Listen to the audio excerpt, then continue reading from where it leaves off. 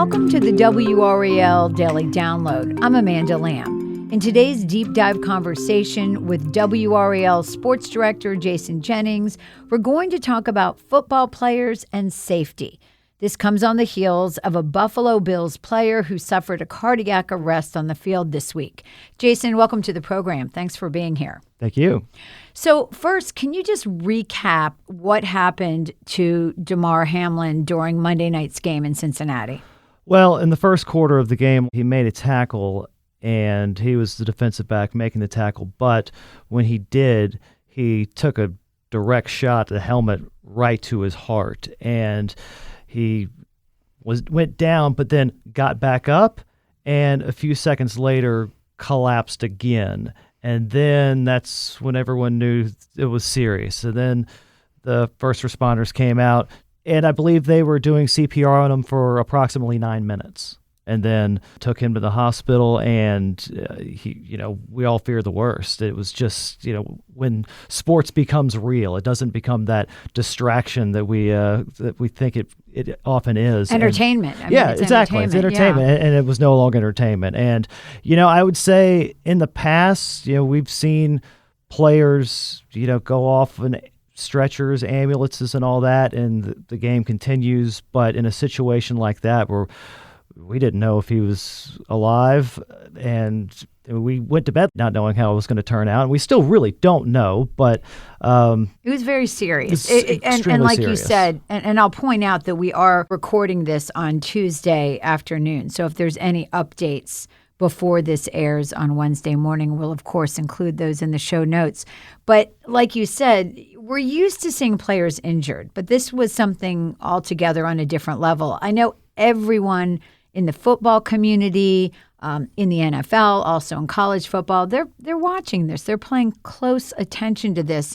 What are you hearing from people in North Carolina about this situation? Well, and I think that's another reason why, first of all, this has gotten so much attention, because we have heard of stories like this where, say, a high school player has a heart issue or something like that. But this was Monday Night Football, the NFL, a big Week 17 game where really all the nation's sports fans are watching and watching it live. So a reason why this is getting so much attention nationally, more so than most. But, from North Carolina's perspective, this morning and afternoon, I was at press conferences with Duke basketball coach John Shire and NC State basketball coach Kevin Keatts. And, Shire said this is just one of those incidents that he talked about with his players, and said we have to treasure the moments we have, because you never know when it's going to be taken away from you, because even he can speak from his own experience. He didn't mention it today, but his career was cut short with an eye injury.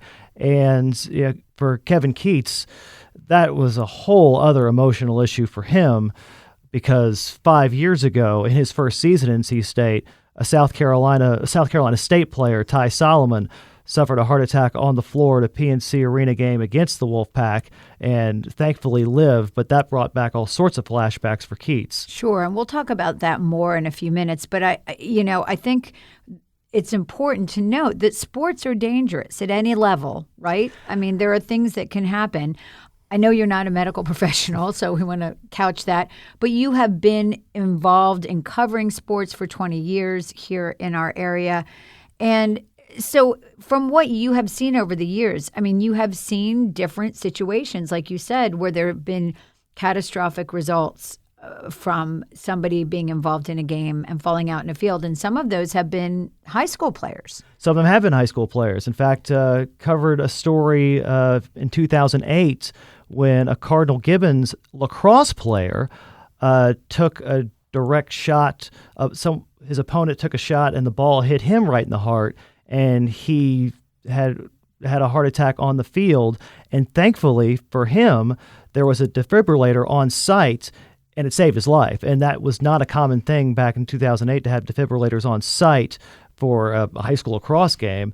But he survived, and, a scary situation. But that's exactly where my mind went last night, was to his story, because it sounded like a very similar situation. This, again, I'm not a doctor, obviously, but what I'm being told is commotio cordis, this incident where if you take a direct shot to the heart like this, like Damar Hamlin did last night, just at the right time, just the right millisecond, where that could cause you, it's like an electric shock, like you get struck by lightning, and can cause you to go into cardiac arrest, which can be, if addressed in a proper amount of time, can be saved, but as you were alluding to, is more common in youth athletes because they're not as developed in the chest area. That so makes a they lot of take a shot like that, it can really affect them. I mean, do you think this situation is going to have a big ripple effect on football and sports in general?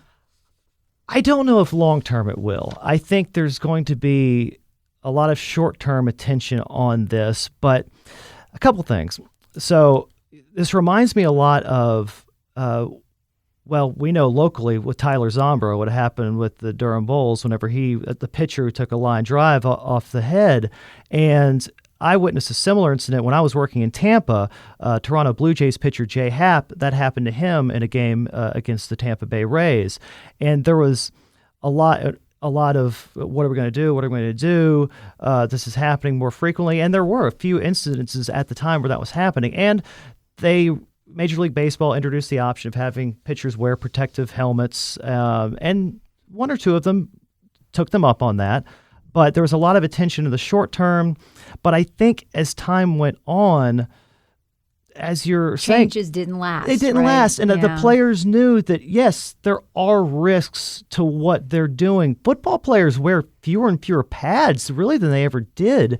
They're wearing fewer thigh pads and hip pads and all these things just because they don't want to be restrictive when they're playing. So, yeah, we could say everyone needs to wear a chest protector to keep this from happening. But if it's only happening, say, I read a medical journal said these incidents happen, this commotio cordis only happens like 30 times a year.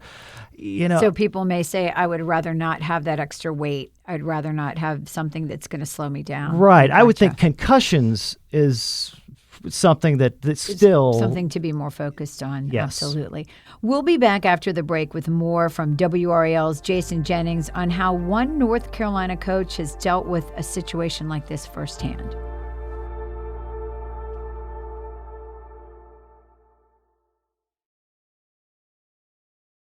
Welcome back to the WRAL Daily Download. I'm talking with our sports director, Jason Jennings, about athletes collapsing during a game.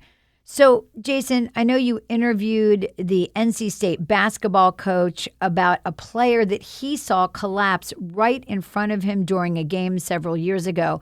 What were the circumstances, and how did it affect this coach and other players at the time? Well, it was Kevin Keatts, the NC State basketball coach, his first year at NC State, and the game was in December of 2017, so his first couple months coaching at NC State, and they were playing South Carolina State.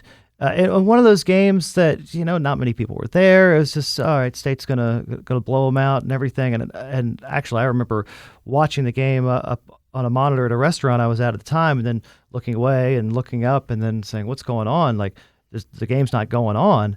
And this player for South Carolina State, Ty Solomon, he collapsed. Actually, he was by his own team's bench at the time, and it went into a cardiac arrest. And thankfully, the on-site EMTs all responded and saved his life. And he was in the hospital here in the Raleigh area for a few days, but went on to recover. But it was, again, because it wasn't, say, like a Monday Night Football situation, it got a lot of local attention, some national attention, but not so much. Didn't have as many eyes on it. Exactly. Right. But for all those who witnessed it, it was, pretty traumatizing experience. Yeah. And that's, whenever asked Kevin Keatts about that today, if that's the first thing he thought of whenever he heard about or saw the video of what happened with Damar Hamlin. And he said that's exactly the first thing he thought of. And that's why he said he got on his knees and prayed that it becomes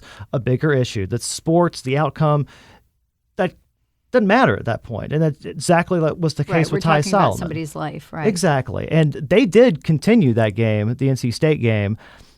Maybe in 2023 now that wouldn't be the case. It definitely wasn't the case in the Bills game. But, his mind definitely went to that first thing, because that could be a life-changing experience just to witness it. So, I think it's really hard to wrap our heads around this because these are really young, healthy people who are playing sports. This Damar Hamlin is 24 years old. And so is there any theories about, you mentioned earlier with the really young athletes, they don't have as much protection, as much muscle, I guess, in front of their heart.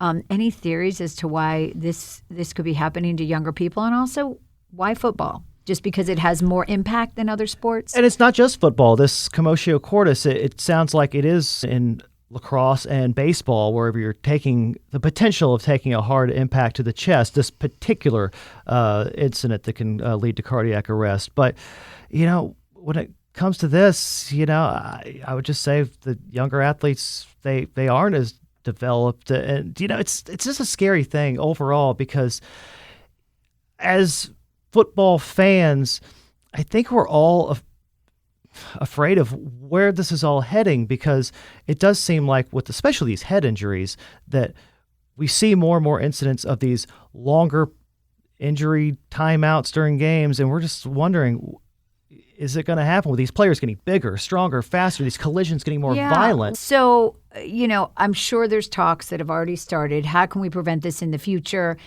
What comes to mind as a lay person, again, not a medical person, is can you do more in-depth screening to see if anybody has underlying conditions? I'm sure they do a lot of physical fitness testing and things like that. But what's being banted around right now? I don't know how much more can be done in that. I think so much is done up front whenever these players are drafted. Everyone who gets traded for has to have a full physical at least because these players, not talking about them as people, but they are multi-million-dollar investments for these franchises. Right. So as much of a health exam as they're given up front, they get. So when it comes to heart issues, I don't know. And obviously, we don't know his history. We don't know if there's any indication we that there don't. was a problem. We there don't. Was a problem. And, okay. and just for history's sake, there is only one player who has died on the field during an NFL game, and that was Chuck Hughes. And this is back in 1971 for the Detroit Lions, I believe. He went into cardiac arrest, but it was not a similar situation where he got struck in the chest. He turned out the autopsy showing he had like 75% blockage in his coronary arteries. But that is something I think we're still all afraid we're going to see. Like, is this going to be something where we see someone die on the field for a reason of an impact that may have been preventable? And again, we're recording this on Tuesday afternoon, but as of now, Damar Hamlin is in critical condition. I know so many people across the country are thinking about him, and also here in North Carolina. And that's kind of what you learned today when you went to these press conferences, that this has really grabbed people's attention and also just made them feel, very sad for him and his family and his team. Absolutely. And closer to home, one of his teammates is Nyheim Hines, who played high school football at Garner and his college football at NC State. He just joined the team in the last few months, but he's been tweeting things on social media about it. And I think we've learned about Damar Hamlin's background here in the last, less than 24 hours as we record this, about all he's done off the field and his charity work and getting toys to kids and all that as well. So, let's all hope and pray he gets on the other side of this okay and healthy. But I think we're also just learning what a wonderful person he is on the field and off the field. Absolutely. And I'm sure we will all continue to think about him and his family and his teammates.